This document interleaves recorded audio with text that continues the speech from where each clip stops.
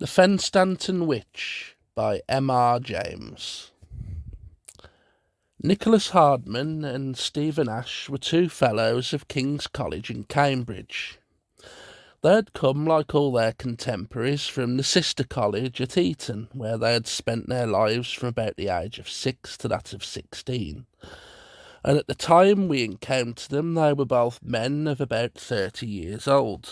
Hardman was the son of a Lincolnshire parson, living at Thorganby on the Wolds, while Ash's father was a yeoman farmer of Ospringe in Kent.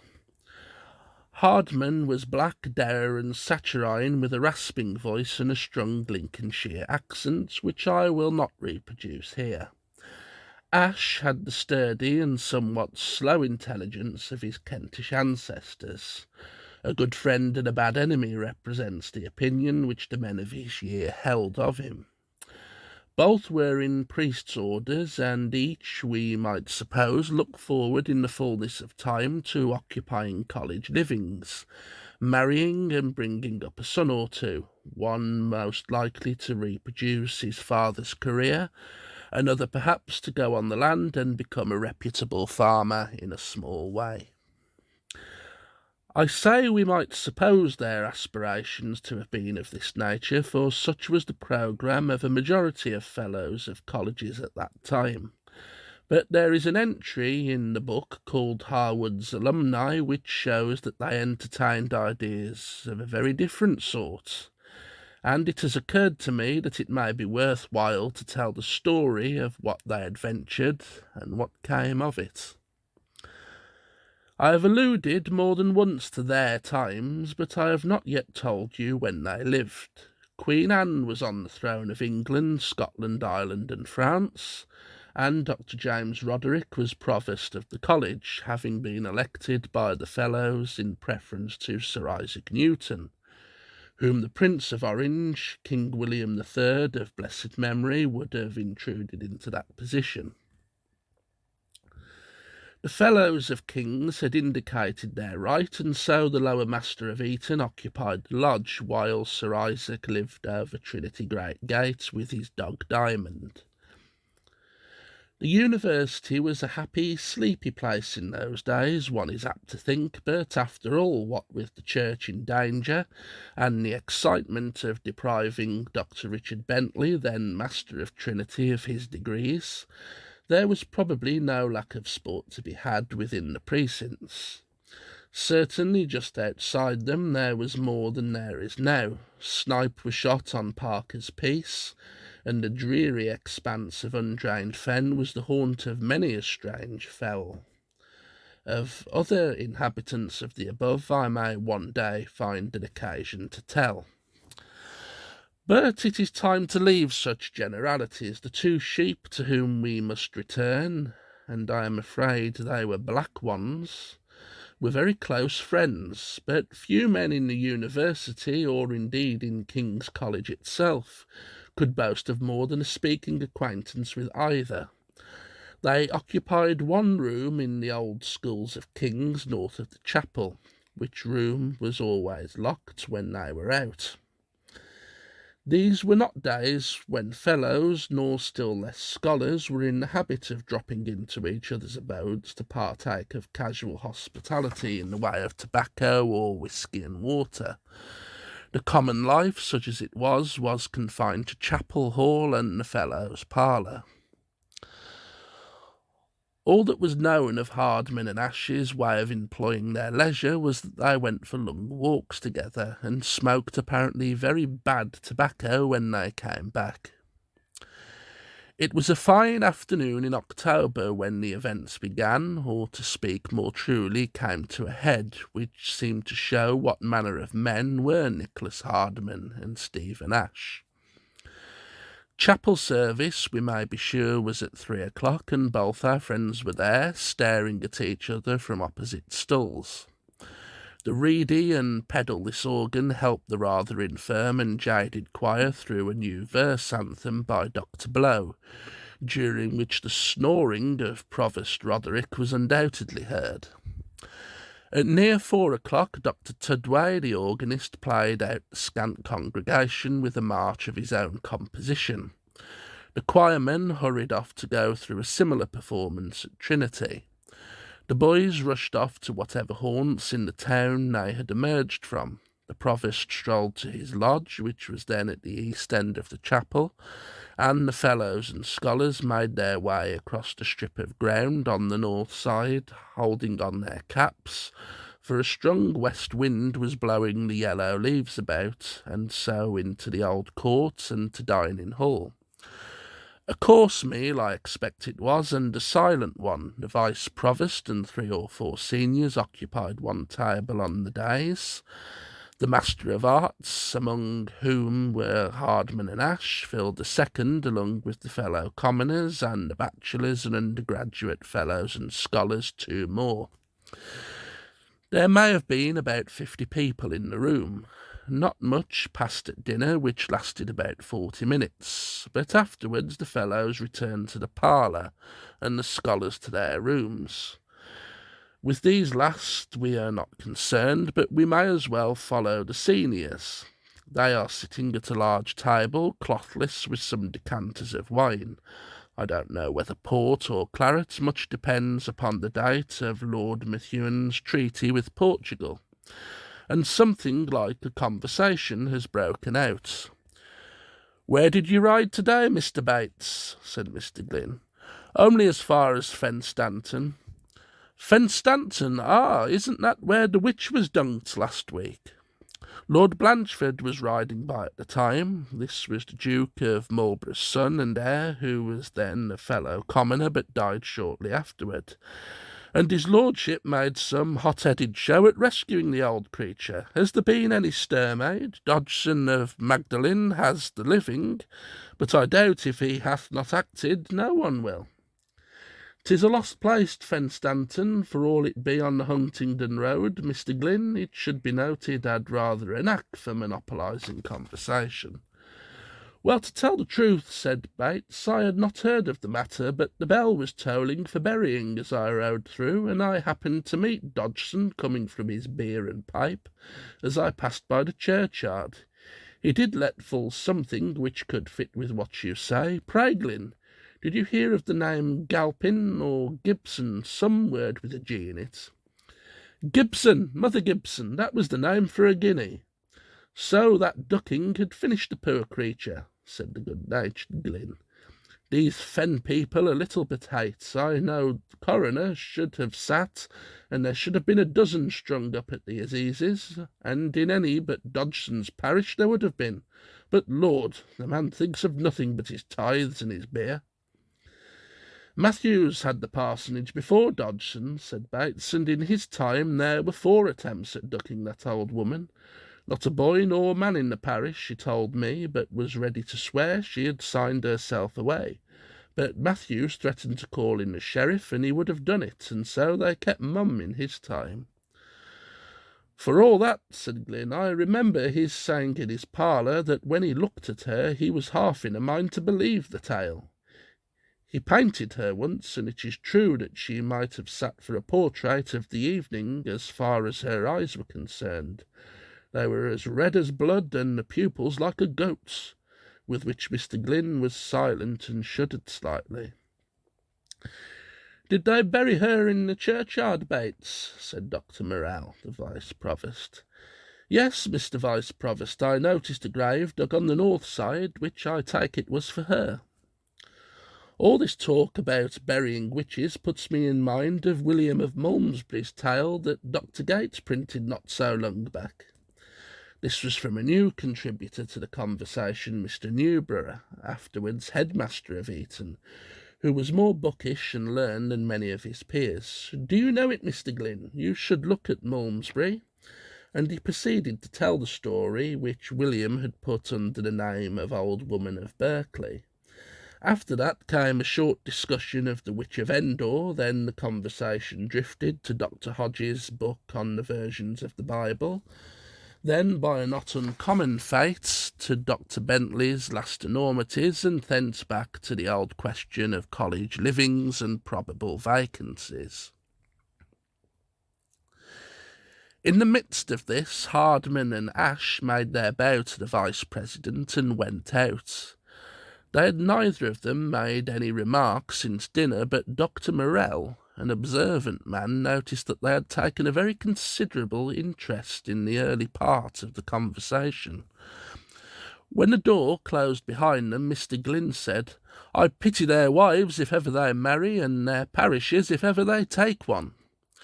"Still," said Newborough, "they are quiet enough." "I don't know about that, Newborough," said Morell. "The man that has chambers under theirs doesn't always sleep well. What can keep the two men treading about the whole night, as I am told they do, and what have they on their minds that makes them sigh and moan like sick owls, as Burton says? You know every one in College, Glynn. Tell me, pray, were you ever in Hardman and Ash's chambers?" "Not I," said Glynn. "I knocked on their door one day, I recollect last year. Such a clatter as they made before they opened it. I know I never heard, but all I can tell of the matter is that Hardman was as pale as death when he opened to me, and that the place smelled as sweet as a bonfire of old rags and bones. Hardman made swift to ask my business, and then shut the door in my face." "Well," said Mr. Vice-Provost, "he might have spared himself the question, Glynn, for I never knew you to have any business in this life yet. Never matter, 'tis time to turn unto the coffee-house, gentlemen. I have told Dr. Gates that we should be there before 8 o'clock, and the clocks are giving the quarter now." The company adjourned, therefore, to a coffee-house on the market-place and smoked clay pipes till 10. With Dr. Roger Gates and some other gentlemen from Trinity, Queen's and Bennett colleges. The curfew bell was ringing, and it was a fine night when Hardman and Ash, each with a packet and a stick, emerged from the gates of King's College and told the porter, a fiddling old ruffian as were most college servants of that day, that they were not likely to return that night. Neither said any more until they were clear of the town, and on the Huntingdon road. Then Nicholas Hardman said, "If all goes as it should tonight, Ash, we shall know a matter well worth knowing." "Yes, Nick, and there will be a matter worth knowing in one of these bundles," said Ash. "I dare swear now that there will be some disappointment. Newborough's tale of the old witch set me a-thinking. Have you got the book upon you, Nick?" "Book? What book? Dr. Gates of Malmesbury, I suppose. A fat folio of some weight, is it likely?" No, not Malmesbury. Our book. The book, I mean." "Call me a fool if you like, Stephen, but don't ask me such a question. Have I a tooth outside my head that it is as likely as it would be for me to leave the book in my chambers? But why, pray, does that Ash Newborough's old story set you thinking?" "Why, only that if the same gentry that came for their friend in that story were thinking of waiting upon our friend at Fenstanton tonight, it is like we may see trouble." Hardman gave a snort. "And if they did, do you think a circle is broken so easily? Have I nothing here that could avail to make them give back? Still, you were right in a way, Stephen, as you have been before. If we are later in the field than they, there may be trouble, even danger. If we get the 3 locks of hair and the winding sheet, we are masters of the elementals. The others want the soul." It was a thought that seemed to give them pause for a moment, and they were silent. So the clouds flew across the moon, and the wind blew over the bare fields, and the bells of Cambridge came more faintly to the ear as they walked quietly on towards the sleeping village of Fenstanton. Those who remember the road between Cambridge and Fenstanton will bear me out when I say that it is 11 miles long and presents few features of interest. There is an occasional wayside inn, a few farms a little off the road, and on a clear day we may see the lantern and western tower of Ely Cathedral, and a good many church towers. The church nearest to the road is that of Lulworth on the left hand, some 5 or 6 miles out. There was something doing at Lulworth when Hardman and Ash passed it. The bell was going and the windows lighted. Nocturnal funerals were not uncommon in Queen Anne's time, so it did not surprise the onlookers when they saw two lines of torches working their way slowly through the trees near the church, and when they saw a figure in white flit out of the south porch to meet the cortege, they knew that it must be the parson. Yet a few moments more and the procession was in the church. Then Hardman and Ash walked on again, for they had paused a moment. The turning out of the main road towards Lulworth Church lay some little distance ahead, and down the lane was coming a group of figures at a great pace. They reached the road and turned down it towards the travellers, who were a little daunted thereby, because they did not wish to be recognised as Cambridge parsons at that hour of the night. There appeared to be 7 people clustering round one in the middle, and their action and gaits were like those of watchmen who had taken a prisoner. The party came on, and it seemed as if this conjecture might fit the situation, for the person in the midst was plainly reluctant, and as plainly was being hurried on by the rest. Hardman and Ash drew towards the hedge to let the men pass, and their eyes were riveted upon the face of the captured man. It was not lightly to be forgotten, for it is not often that one beholds the face of a man who has lost all hope, and yet has room in his brain for an unspeakable fear. This is the sight which the 2 ill-starred priests were now looking at, and they saw moreover that in spite of his fear and desperation, the captive could look nowhere save straight in front of him, for anything seemed tolerable rather than to see the faces of the 7 who were about him. When they pictured the scene themselves thereafter, they realised that his was the only face of which they had caught sight at all. Nay, it even seemed to them that there was no other face for their eyes to catch. The group passed quite silently, and for many moments the 2 men were stayed breathless to within an ace of sudden flight or swooning. They knew what they had seen, that which no mourner at the funeral had seen, and it was in their mind that it is not always well for those whose eyes are opened. It may happen to some to see the mountains full of issues and vaults of fire, but to others are also shown very different sights. Yet the natures of both were so obstinate and dogged that neither would broach to the other the thought of returning and giving up the dismal project they had in their mind. They soon sighted Fenstanton spire, and half a mile further they left the road and made their way over the fields to the side where the churchyard was accessible out of sight of the street. It was not a difficult wall to climb, yet they were unnerved and took several minutes to get over it. Then they proceeded to go through the sinister rites and ceremonies which were to safeguard them against those powers which they supposed themselves to be leagued, for they are treacherous allies, as those tell who claim to know the heart of the matter. In the shadow of the dark church on the north side, not more than 10 yards from the only new-made grave on that side of the building, the men picked out a space where the grass was shortest, and there they drew 2 large circles, one within the other. In the space between the circles they marked out with some pains the symbols of the planets and a few Hebrew letters, which were meant to indicate the names of angels and of the great power, whose aid by one of the strange incantations of magic they promised themselves they would gain for the work they were at. When their defence was completed they stopped, and Ash looked at his timepiece. The time was something short of 11:45, so they had but a brief wait until the middle of the night was reached. And now we might ask, what was it that these 2 educated clergymen proposed to themselves, and how came it that they were on an enterprise which is associated, not always kindly, with the darkest medievalism and the most decadent civilization? You will have guessed that they were earnest and credulous students of magic.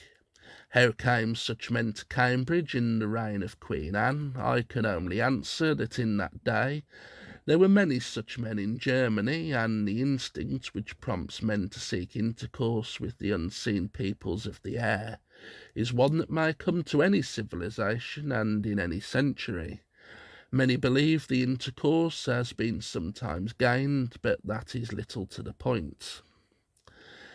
That which Hardman and Ashe were determined upon was the obtaining of an ingredient for future spells. This would, they hoped, enable them to command the forces of nature to a degree which they believed many to have obtained before them. They meant on this night that they were confident of accomplishing it, to go through certain forms of words which would have the power to make the corpse of the old woman buried that day rise out of the grave and come to them.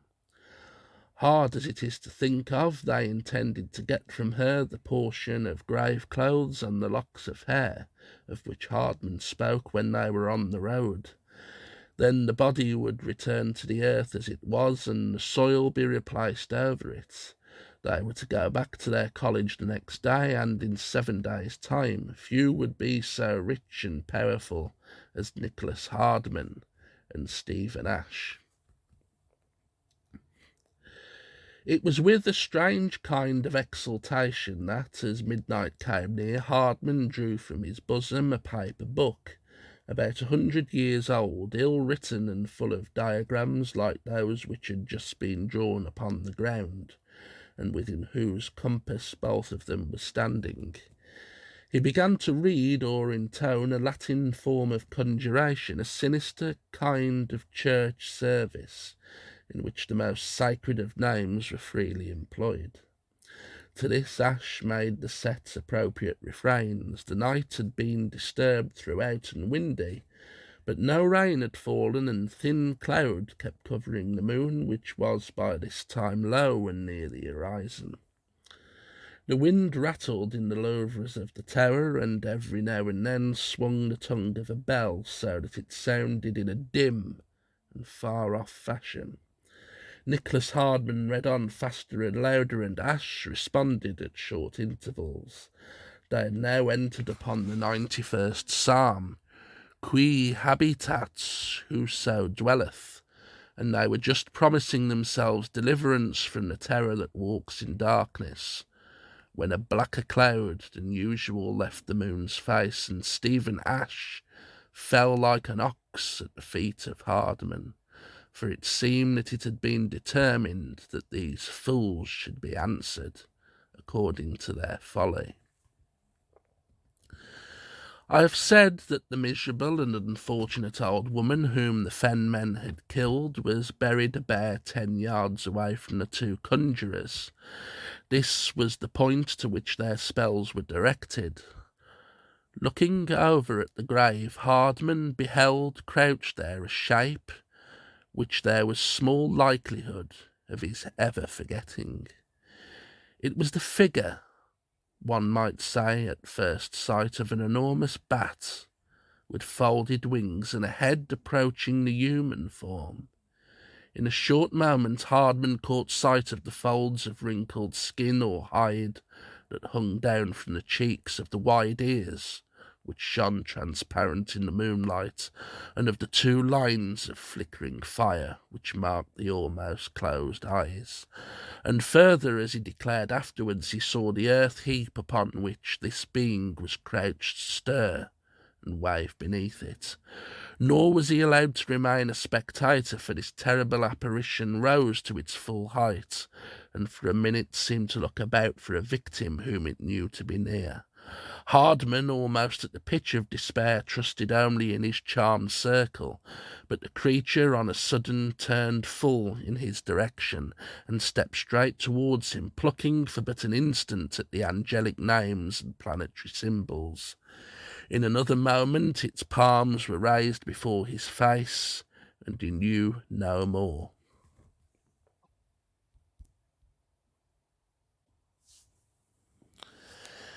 It was Ash who helped him back to Cambridge in the morning of the next day, and it was Ash too who, though himself a stricken man, sheltered and ministered to him in the parsonage of Willerton for the 20 years that he survived. But Hardman never saw light again. The college never learned the rights of the matter. 2 days after the catastrophe, Mr. Glynn asked Mr. Morell, the vice-provost, "What did you do at the Fellows' meeting this morning, Mr. Vice?" Sealed the presentation to Weed and Lewis and received a declaration. "A royal declaration, or what?" "No, Glynn, Mr. Provost will tell you what it may be if you ask him." So off goes Mr. Glynn to the lodge, but Provost Roderick is pale, which is not natural to him, and not smoking, which is decidedly unnatural, and disturbed and uncommunicative. Mr. Glynn can only learn that it is a matter which the seniors have decided to keep private. During the next week, a waggon-load of items from one set of chambers in King's College is wheeled off in the direction of Barton, and does not come back, and most of the seniors are very regular in their attendance in the chapel for some months. I cannot help concluding the events I have set down with that entry in the alumni book which states that 2 gentlemen, being fellows of the college, were permitted to register a solemn abjuration of all unlawful acts, in the practice of which they had grievously transgressed. It was agreed that the provost and seniors should exercise their utmost discretion to the end that this matter be kept strictly private to the seniority.